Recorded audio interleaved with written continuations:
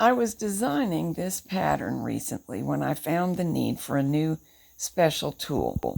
First, let me tell you a little bit about the pattern itself. It's called the Snooze Sack, and I'm designing it in 3 gauges so that you may use any gauge of machine. The version in this picture has an embossed open cable, so that requires the use of a ribber or any double bed setup. This pattern has now been added to a baby bundle that includes everything you see here. That update is being made on my website, and those who already purchased the previous version of the bundle that did not have the Snooze Sack will have already received a free copy. Going forward, the bundle is sold with all 3 books included. There is also going to be a version of this new pattern, the Snooze Sack, sometime either in late 2022 or in 2023 in Country Knitting and Maine News and Views. If you do not have a ribber, you may make a Wanderlust cable on the same pattern, such as the one shown on the left. The one on the right is the same one that's on the Snooze Sack sample. Or the pattern may be made without any cable at all. There's a video comparing open embossed cables with Wanderlust cables, and we won't talk about it anymore right now, but I will put a link into the program notes so that you can find it if you want to. Now let me explain the reason I felt a special tool was going to be helpful. This is the Snooze Sack, partly knitted, and here's how we get to this point. We cast on in knit 2, purl 1 ribbing, and we knit the hood area. Next, we knit down the back of the sack, then up the front of the sack, and we finish with the ribbing that folds out under the chin. But we're not done yet. We need to also add ribbing in these 4 positions, and that's why I thought the special tool would be helpful. The classic way of doing what we need to do here is to begin in waste yarn, hang the comb and weights in waste yarn, knit in a ravel cord, then hang the garment piece, then knit the ribbing. But since we're needing to do this 5 times, and we want knit 2, purl 1 ribbing with a pretty edge, it saves a lot of time to make this tool. The tool is a semi-permanent cast-on rag knitted right on to the ribber comb. Here's where I began knitting onto the ribber comb. Using the normal single bed sinker plate, knitted a few rows of waste yarn, transferred to every other needle, then bound off. The bind off is what we will hang to let this tool help us. And this hybrid cast-on rag and comb will last a long time because any one of those 3 strands may be used. As you join me, I've already got the comb with the wire inserted into it, hung on the needles, e-wrapping every other needle into its hook, closing the latch, and pulling it back through the comb. By the way, there should not be any weight on the comb yet. So gradually the comb is dropping down, and I have control over how large these stitches are, which is important because we want the comb to drop down enough that the sinker plate will pass over it easily in the first row of knitting.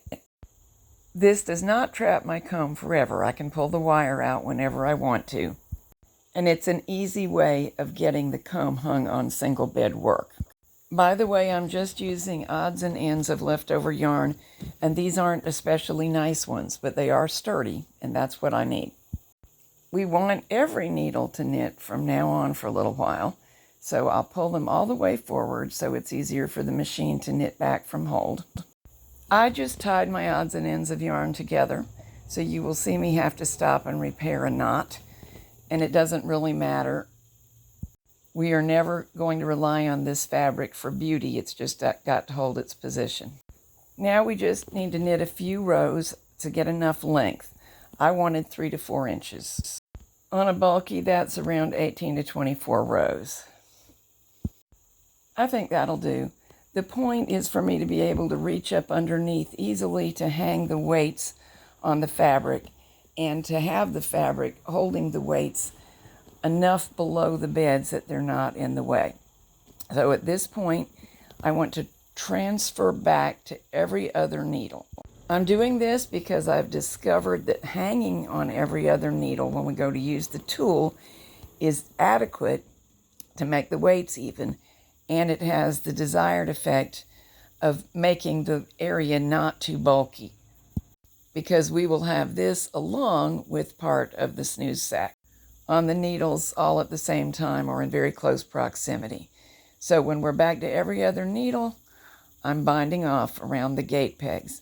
And the bind off is what makes those 3 strands available to us to hang with later. So here's our tool ready to use. Let me show you how to use it. I do use this to facilitate the cast on to start the hood, but after we've knitted the hood and all the way around to the front ribbing, we still need to hang these 4 positions. There's a top layer and a bottom layer on each side of the sack, and each one is hung separately. Determine the needle count that you need based on the pattern or whatever method you use, and get both ends of the rag hung. Then hang every position in the rag on every other needle on the machine across. At the final position, you may not have done your initial hanging of that end just right, and you may have to correct it, as you will see me do. Now we can knit in a ravel cord, and since most of us like to start a project with the carriage at the right, we'll want to start with the ravel cord with the carriage on the left. Make sure there are no stray needles still in the works, and we're going to knit the ravel cord in on the every other needle that was hung into the rag, and there it goes. You may put a weight into your comb now, hanging as much as you think you need, or you may wait a little bit, but now it's time to bring all the needles to work, and onto the needles that are already holding ravel cord, we will hang the section of the side of the bag in this case, but it could be an afterthought ribbing anywhere, could be a cardigan front. We'll hang it on those needles that hold ravel cord. I just hang it evenly across. And for this project, I hang the edge of the fold out ribbing and the side of the bag at the same time, so they're joined together. That's going to make the first row a little bit stiff to knit, but it didn't really give any trouble, and it's a nice, neat way to accomplish this. Make sure that all the fabric gets down in between the beds before proceeding, and hang the remainder of the fabric. You do not have to count any certain number of rows per certain number of needles. Doing it by what feels even and dividing the space up gradually works up just the same, even better usually. When the entire side of the garment that you're hanging is on the needles, bring them all forward, because we're going to let the machine knit the first row back from hold. We'll knit 1 stockinette row so that we can establish the ribbing from that. Expect this row to be stiff. Now remove the sinker plate and change to the ribber arm, and then we'll close up the beds and start transferring for knit 2, purl 1 rib for this project. Could be any ribbing for whatever project you're working on. While I hang, let me go over a couple of finer points. The easiest way to do this is having the knit 2 on the main bed and the purl 1 on the ribber bed. For this particular project, we are not going to reduce the stitch size for the ribbing because we don't want it to pull in. It's there to lay flat and be a button band. It might be otherwise for other projects, but for this one, we're transferring every 3rd stitch to the ribber bed.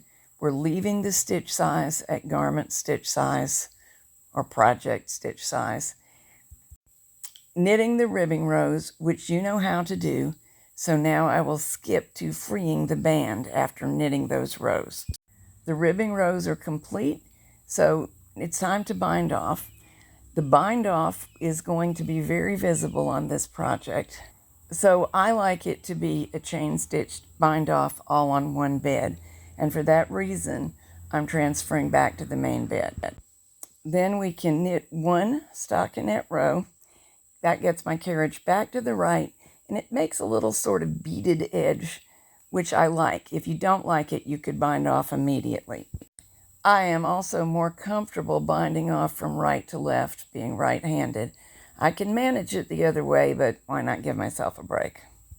This is one of the top layer bands, so you see I worked buttonholes into it while you weren't looking. Now we can free it from the machine, tool and all, and remove the ravel cord. I just used a piece of standard gauge yarn as my ravel cord.